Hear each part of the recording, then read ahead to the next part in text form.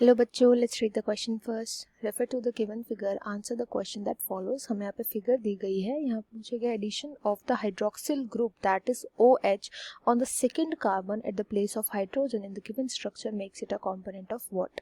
मतलब यहाँ पर ये जो सेकंड कार्बन है ना, अगर इधर हाइड्रोजन की जगह OH लग जाए तो ये क्या बन जाएगा, ये हमसे पूछा गया. बहुत ही ईजी एंड इम्पॉर्टेंट क्वेश्चन है. यहाँ पे जो कि कॉन्सेप्ट यूज किया जाएगा वो होगा DNA एंड RNA का स्ट्रक्चर. ये बहुत इंपॉर्टेंट है. अच्छा, DNA और RNA क्या होते हैं? ये दोनों के दोनों होते हैं genetic material. Genetic material main तीन चीज़ों से बनता है, चाहे वो DNA हो चाहे RNA हो. ये तीन चीज़ें होती है. एक तो फॉस्फेट की बैकबोन, इसके बाद आता है शुगर मॉलिक्यूल एंड इससे अटैच होते हैं न्यूक्लियोटाइड्स या नाइट्रोजनस बेसिस, नाइट्रोजन के बेसिस. अब ये जो शुगर अटैच्ड होता है ना, यहाँ पर बीच में जो शुगर होता है इसको हम बोलते हैं राइबोस शुगर.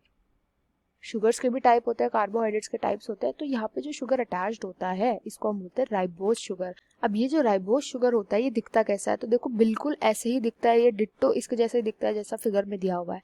इसमें बस एक फर्क ये होता है कि इसका जो सेकंड कार्बन होता है ना उस पर OH प्रेजेंट होता है.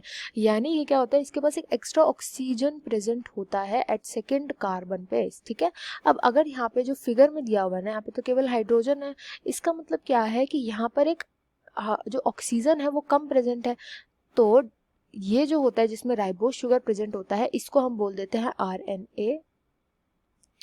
और जिसके अंदर ऑक्सीजन प्रेजेंट नहीं होता यानी कि डीऑक्सी होता है, वो उसके अंदर ऑक्सीजन प्रेजेंट नहीं होता, उसको हम बोलते हैं deoxy ribo nucleic acid, that is DNA.